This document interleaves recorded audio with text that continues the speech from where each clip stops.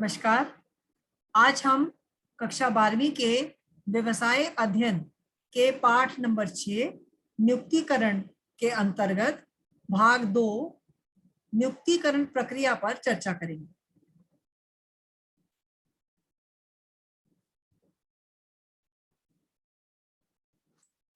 तो बच्चों, पिछले भाग में हमने पढ़ा था विषय प्रवेश के बारे में, उसके अर्थ के बारे में, उसकी महत्ता क्या थी, महत्व के बारे में, तथा मानव संसाधन प्रबंधन का क्रम विकास क्या था। इन सब के बारे में हमने पिछले अध्याय में पढ़ा था। तो आज हम पढ़ेंगे नियुक्तिकरण की प्रक्रिया के बारे में। नियुक्तिकरण की प्रक्रिया क्या होती है? जैसा कि आप सभी अवगत हैं, आप सभी जानते हैं, प्रबंध की प्रक्रिया में नियुक्तिकरण की प्रक्रिया का प्रथम कार्य संगठन में कार्य शक्ति की आवश्यकताओं की समय पर पूर्ति करना होता है।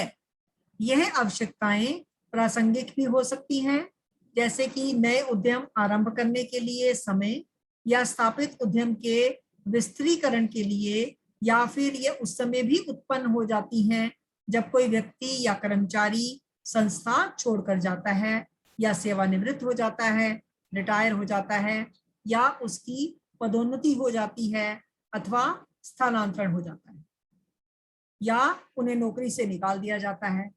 किसी भी स्थिति में सही पदों पर सही व्यक्तियों की आवश्यकता के महत्व को नकारा नहीं जा सकता, परंतु ठीक उसी मुहावरे की तरह कि सब जगह पानी ही पानी है, परंतु पीने के पानी की एक बूंद भी नहीं है। इस तथ्य को उभारता है कि पृथ्वी के 2/3 भाग पर जल होने के बावजूद भी पीने योग्य पानी एक दुर्लभ पदार्थ है। सही पद के लिए सही कर्मचारियों को खोज पाना, उनको ढूंढ लेना, ये इस कानून पर, इसी मुद्दे पर लागू होता है, सटीक बैठता है। ऐसी स्थिति में क्या आवश्यक है? ऐसी स्थिति में ये आवश्यक हो जाता है कि नियुक्तिकरण को एक महत्वपूर्ण क्रिया के रूप में समझा जाए, उसकी कार्यशक्ति की आवश्यकताओं को समझा जाए, चाहे वह संगठन की अपनी आंतरिक आवश्यकता से संबंधित हो, या उन संभावित स्रोतों के द्वारा जिनकी पूर्ति संगठन के बाहर के स्रोतों से हो सकती हो। यह सत्य है कि सही व्यक्ति दुर्लभ है। ऐसे बाजार की आवश्यकता पड़ती है जो लोगों को काम दे, लोगों को रोजगार दे, नौकरी दे। और इसके अतिरिक्त जब एक रिक्त पद के लिए सैकड़ों की संख्या में प्रत्याशियों के आवेदन पत्र आते हैं, तो उस स्थिति में क्या होता है? सबसे अधिक योग्य कर्मचारी का चुनाव करना एक चुनौतीपूर्ण स्थिति बन जाती है। नए नियुक्त कर्मचारियों को संस्था के कार्यों के सामान्य निष्पादन के लिए उन्हें प्रशिक्षण देना पड़ता है, और उस परिस्थिति में जहां कर्मचारियों का चयन केवल शैक्षणिक योजनाओं को और सीखने की क्षमता के आधार पर किया जाता हो, उन्हें विशेष कौशलों में प्रशिक्षण की भी आवश्यकता पड़ सकती है। उदाहरण के तौर पर, यदि किसी कर्मचारी को उसके बहिर्मुखी होने पर और उसे अंग्रेजी भाषा का भी अच्छा ज्ञान है, तो उसे व्यवसाय प्रक्रिया बाह्य स्रोतीकरण बीपीओ से लिया जाता है। उसे भी वास्तविक कार्यस्थान पर रखने से पहले प्रासंगिक व्यावसायिक प्रक्रियाओं से गुजरना पड़ता है। दूरभाष संवाद, शिष्टाचार, ये सब शैली रूपांतरण, इनमें ट्रेनिंग की आवश्यकता पड़ती है। कर्मचारी अभिविन्यास तथा कार्यस्थान पर हुए अनुभवों के आधार पर संगठन की पहली छवि बनाता है, और ये आपको पता है कि पहला अनुभव छवि अंतिम छवि होती है। The first impression is the last impression, आपने सुना होगा बच्चों। यहाँ तक कि काम करते हुए कर्मचारियों को भी अपना ज्ञान और कौशल में वृद्धि करने के लिए उच्च उत्तराधिकारों का उत्तरदायित्वों का निर्वाह करने हेतु प्रशिक्षण लेना पड़ता है, समय समय पर ट्रेनिंग लेनी पड़ती है। अतः कर्मचारी प्रशिक्षण और विकास नियुक्तिकरण प्रक्रिया के अन्य दूसरे महत्वपूर्ण पहलू भी हैं, जो कि निम्नलिखित आकृति में दिखाए गए हैं। सबसे पहले आता है मानव शक्ति आवश्यकताओं का आकलन, जिसके अंतर्गत भर्ती, सर्वप्रथम कदम भर्ती, उसके पश्चात आवेदकों में से चयन, तत्पश्चात अनुस्थापन और अभिविन्यास, तत्पश्चात प्रशिक्षण तथा विकास। तो ये है एक चरण बाय चरण, स्टेप बाय स्टेप कड़ी, जो कि नियुक्ति प्रक्रिया के चरण कहलाते हैं। उपरोक्त चरणों का लघु वर्णन इस प्रकार से है। मानव शक्ति आवश्यकताओं का आकलन। आप सबको पता है बच्चों कि संगठनिक ढांचे की रूपरेखा बनाते समय हम विभिन्न निर्णयों और निर्णायक स्तरों का विश्लेषण करते हैं तथा ढांचे के समतल व ऊर्ध्वाधर आयामों के क्रम विकास को ध्यान में रखते हैं और उनका विश्लेषण करते हैं। इस प्रकार विभिन्न प्रकार के पदों का अभ्युदय होता है। इस प्रकार मानव शक्ति आवश्यकताओं को समझना केवल ये जानना नहीं है कि कितने व्यक्तियों की आवश्यकता है, बल्कि हमें ये भी जानना है कि किस प्रकार के कर्मचारियों की जरूरत है। इसके बाद ये जानना आवश्यक होता है कि महिलाओं को भी प्रोत्साहित किया जाए। यह आवश्यक नहीं कि किसी संगठन में केवल पुरुषों का ही प्रभुत्व होगा, महिलाएं भी हो सकती हैं, पिछड़े समुदाय के लोग भी हो सकते हैं, विशेष आवश्यकता वाले बच्चे लोग जैसे शारीरिक अक्षमता, फिजिकली हैंडीकैप, जिन्हें कम दिखाई देता है, श्रवण शक्ति कम है, कम सुनाई देता है, इत्यादि को भी प्रोत्साहित करने की आवश्यकता पड़ती है, ताकि वे भी हमारी संस्थाओं में उत्तरदायित्व वाली भूमिकाएं निभा सके, उच्च पदों पर नियुक्त हो सके, जिससे मानव शक्ति की आवश्यकताओं को उसके अनुसार परिभाषित किया जा सके। क्या आप सोच सकते हैं कि कार्य शक्ति में इस प्रकार की विविधता लाने को हमें प्रोत्साहन क्यों देना चाहिए? क्रियात्मक रूप से देखा जाए तो मानव शक्ति आवश्यकताओं को समझने के लिए एक तरफ कार्यभार विश्लेषण की जरूरत पड़ती है और दूसरी तरफ कार्य शक्ति के विश्लेषण। कार्य विश्लेषण विभिन्न कार्यों के निष्पादन और संगठनिक उद्देश्यों की पूर्ति के लिए कितनी संख्या में किस प्रकार के मानव संसाधनों की जरूरत पड़ेगी, इनके निर्धारण को संभव बनाता है। कार्य शक्ति विश्लेषण से हमें ये पता चलता है कि कितनी संख्या में और किस प्रकार के मानव संसाधन उपलब्ध हैं। वास्तव में देखा जाए तो इस प्रकार के प्रयोग ये प्रकट करते हैं कि संस्था में आवश्यकता से कम नियुक्तियां हैं, ज्यादा नियुक्तियां हैं, या उपयुक्त है, काफी है, इससे अधिक नहीं करनी, इससे ज्यादा नहीं करनी, कम नहीं करनी।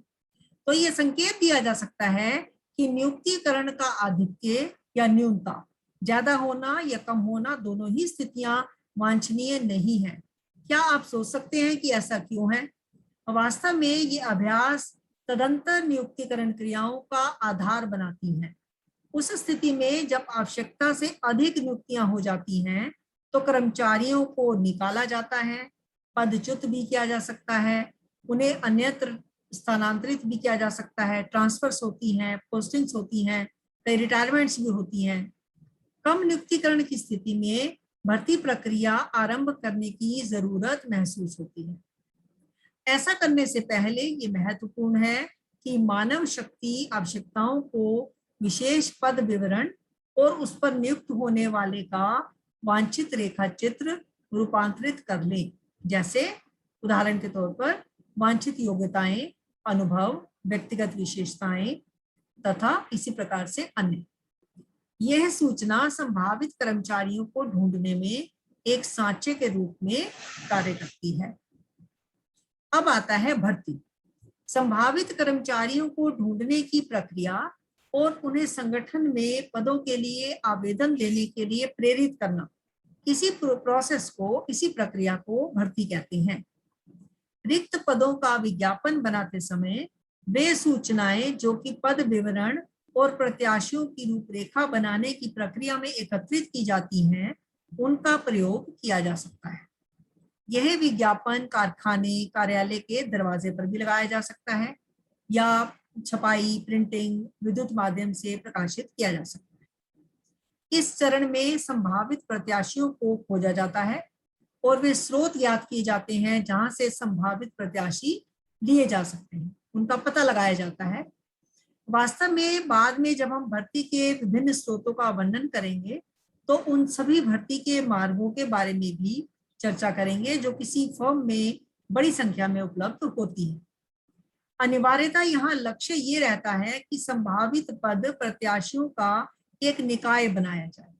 आंतरिक स्रोतों का प्रयोग एक सीमित रूप में किया जा सकता है। नए प्रतिभावान व्यक्तियों के लिए तथा विस्तृत विकल्प के लिए बाह्य स्रोतों का प्रयोग भी किया जा सकता है। अब एक चित्र दिखाते हैं बच्चों। इस चित्र के माध्यम से आप देख सकते हैं कि ज्यादा नियुक्तियां हो गई हैं किसी संगठन में, ज्यादा खेल कम कार्य, लोग टाइम ज्यादा वेस्ट कर रहे हैं, व्यतीत कर रहे हैं, फिजूल टाइम पास कर रहे हैं, अननेसेसरी अनुपयोगी कार्यों में व्यस्त हैं और असल में जो काम है, एक्चुअल जो काम है वो कम हो रहा है। चयन एक ऐसी प्रक्रिया होती है जो कि भर्ती के समय बनाए गए संभावित पद प्रत्याशियों के निकाय में से कर्मचारियों को चुनती है।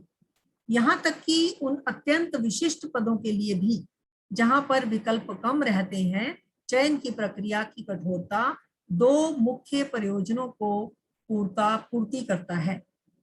यह सुनिश्चित करती है कि संस्था को उपलब्ध व्यक्तियों में सबसे योग्य नियुक्ति हो और चयनित कर्मचारियों के स्वयं के सम्मान और प्रतिष्ठा को बढ़ावा मिले। ये इस बात को भी व्यक्त करती है कि संगठन में ये प्रक्रिया कितनी गंभीरता से की जाती है। इनमें विभिन्न प्रकार की परीक्षाएं हो सकती हैं, साक्षात्कार भी सम्मिलित हैं, जिनका वर्णन बाद में किया जाएगा। जो परीक्षा और साक्षात्कार में सफल हो जाते हैं उन्हें रोजगार अनुबंधन प्रस्ताव दिया जाता है, जो कि एक लिखित दस्तावेज होता है जिसमें रोजगार का प्रस्ताव, उसकी अवधि, उसकी शर्तें, किस दिन संस्था में कार्यभार संभालना है, इन सबका विस्तृत ब्यौरा उपलब्ध रहता है। अनुस्थापन तथा अभिविन्यास। कार्यस्थल पर कर्मचारियों के समाजीकरण का आरंभ कर्मचारियों के पद संभालते ही शुरू हो जाता है। कर्मचारियों को कंपनी के बारे में एक संक्षिप्त प्रस्तुतिकरण दिया जाता है और उनके उच्च अधिकारियों, उनके अधीनस्थ अधिकारियों और उनके सहकर्मियों से उनका परिचय कराया जाता है। कार्यस्थल पर उन्हें लेकर जाया जाता है, फिर उन्हें जिस पद के लिए चयन किया जाता है उसका कार्यभार सौंप दिया जाता है। संस्था से परिचय कराने की ये प्रक्रिया अत्यंत महत्वपूर्ण मानी जाती है, जो कि कर्मचारियों के कार्य निष्पादन और ये निर्णय कि वह संस्था में टिके रहेंगे एक दूरगामी प्रभाव डालती है। इस प्रकार अभिविन्यास की प्रक्रिया कर्मचारियों को अन्य कर्मचारियों से मिलवाने का सुअवसर प्रदान करती है और उन्हें संस्था के नियमों और नीतियों से अवगत तो कराती ही। अनुस्थापन से तात्पर्य है कर्मचारी के पदभार संभालते ही उसका जैसे ही चयन हुआ उसने पदभार संभाला। प्रशिक्षण तथा विकास। व्यक्ति केवल नौकरी पाने की कोशिश नहीं करते बल्कि एक जीवन वृत्ति पाने का प्रयास भी करते हैं। प्रत्येक व्यक्ति को उच्च पद पर पहुंचने की लालसा रहती है। इन अवसरों को देने का उत्तम तरीका कर्मचारियों को सीखने की सुविधा देना है। संगठन के पास या तो अपने संस्थान में ही प्रशिक्षण केंद्र होते हैं या उन्होंने अपने कर्मचारियों के प्रशिक्षण के लिए अन्य शैक्षणिक संस्थाओं से संबंध बना रखे होते हैं। इस प्रक्रिया से संस्थान भी लाभान्वित होते हैं, कर्मचारियों का भी मनोबल ऊंचा होता है, उनकी कार्यक्षमता में भी वृद्धि होती है, वे बेहतर रूप से अपने कार्यों का निष्पादन कर पाते हैं और इस प्रकार से संगठन की कार्यकुशलता बढ़ जाती है, प्रभावशाली हो जाती है। कर्मचारियों को जीवन वृत्ति में प्रगति और उन्नति के अवसर उपलब्ध करवाने से संस्थाएं न केवल उन्हें आकर्षित करती हैं बल्कि उन्हें संस्था में प्रतिभावान व्यक्तियों को बनाए रखने में भी समर्थ होती है। निष्पादन मूल्यांकन। निष्पादन मूल्यांकन का उद्देश्य होता है ये निर्धारित करना कि कर्मचारी अपने पदों की मांगों की पूर्ति करने में कितने सफल हो पाए। सुधार के लिए पुनर्निवेश का होना अत्यंत आवश्यक है। इन मूल्यांकनों का उपयोग प्रशिक्षण, पदोन्नति और पारिश्रमिक से संबंधित विभिन्न उद्देश्यों के लिए किया जाता है। पदोन्नति और भविष्य नियोजन। संगठन गतिशील होते हैं बच्चों, परिणाम स्वरूप लोगों के उच्च पदों की ओर प्रगति की निरंतर आवश्यकता पड़ती है। कई कर्मी तो अपने वर्तमान पद के लिए अयोग्य सिद्ध हो जाते हैं। इसके लिए उचित यही होता है कि उनको कौशल और रुचि के अधिक अनुरूप पदों पर हस्तांतरण कर दिया जाए। इस वर्ग में व्यक्तियों की पदोन्नति, उनका हस्तांतरण और उनकी अवनति, ये सब क्रियाएं सम्मिलित होती हैं। अब आता है पारिश्रमिक। किसी भी संगठन की बृहद समस्या एक व्यक्ति के वेतन को उनके योगदान से मिलान करने की होती है। एक व्यक्ति किसी संगठन में कितना कंट्रीब्यूट कर रहा है, कितनी मेहनत कर रहा है, कितना कौशल दिखा रहा है, कितनी निपुणता से कार्य कर रहा है, उसी के अनुरूप उसे पारिश्रमिक प्रदान किया जाए। मजदूरी या वेतन का ढांचा इस प्रकार का होना चाहिए कि वह उचित हो और कर्मचारियों को सही मायनों में उनका राशि, उनकी श्रमदान मिल सके। पारिश्रमिक से अभिप्राय होता है कर्मचारियों को उनके संगठन के लिए योगदान के बदले में प्राप्ति से, अर्थात धन प्राप्ति से।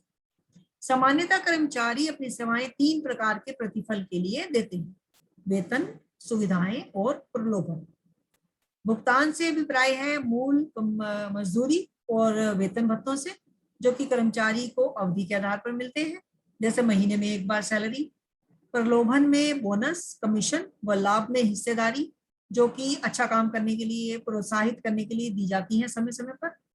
इनको इस प्रकार से निर्धारित किया जाता है कि कर्मचारी साधारण उम्मीद से कहीं अधिक उत्पादन के लिए प्रोत्साहित हो सके, मोटिवेट हो सके, आगे भविष्य में अच्छा करने के लिए तैयार हो सके।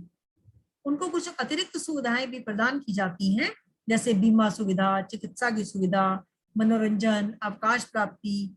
इस तरह के पारिश्रमिक भी ये परोक्ष पारिश्रमिक कहलाते हैं, जो दिखाई नहीं देते प्रत्यक्षता, लेकिन होते हैं। इस प्रकार से पारिश्रमिक एक व्यापक शब्द है जिसमें कर्मचारियों की सेवाओं के बदले नियोक्ता द्वारा दिए जाने वाला भुगतान, प्रलोभन और सुविधाएं सभी सम्मिलित होते हैं। इसके अतिरिक्त प्रबंधकों को कुछ कानूनी औपचारिकताएं भी निभानी होती हैं, जो कर्मचारियों को भौतिक और वित्तीय सुरक्षा भी प्रदान करती हैं। ये सब मामले किसी भी मानव संसाधन विभाग के एक प्रभावी समर्थ कार्यशक्ति को नियुक्त करने, कार्य पर बनाए रखने और इसकी क्षमता को बनाए रखने हेतु महत्वपूर्ण भूमिका अदा करते हैं। तो इस प्रकार हम देखते हैं बच्चों कि नियुक्तिकरण एक प्रक्रिया के रूप में किसी भी संस्थान के अत्यंत महत्वपूर्ण संसाधन, जो कि मानवीय पूंजी है, उनका अधिग्रहण करना, उनका प्रतिधारण करना और उनका विकास करना, ये सब इसके अंदर शामिल होते हैं। अब हम कुछ प्रश्नों की पुनरावृत्ति करते हैं। इस चित्र के द्वारा क्या दर्शाया जा रहा है? तो इसका उत्तर है बच्चों, इस चित्र के द्वारा ये दिखाई दे रहा है कि ज्यादा नियुक्तियां हो गई हैं, ज्यादा खेल हो रहे हैं, कम कार्य हो रहा है, लोग समय व्यतीत करते दिखाई दे रहे हैं, लेकिन काम कम कर रहे हैं, काम होता नहीं दिख रहा। नियुक्ति प्रक्रिया के चरणों को एक फ्लो चार्ट के माध्यम से दर्शाइए। तो इसका उत्तर है, ये फ्लो चार्ट है बच्चों। मानव शक्ति आवश्यकताओं का आकलन, उसके बाद भर्ती, तत्पश्चात आवेदकों में से ही चयन किया जाता है, उसके बाद अनुस्थापन तथा अभिविन्यास आता है और अंत में प्रशिक्षण और विकास। तो ये है नियुक्ति प्रक्रिया के चरण। तो आज के अध्याय में इतना ही, बाकी हम पढ़ेंगे अपने अगले अध्याय में। धन्यवाद।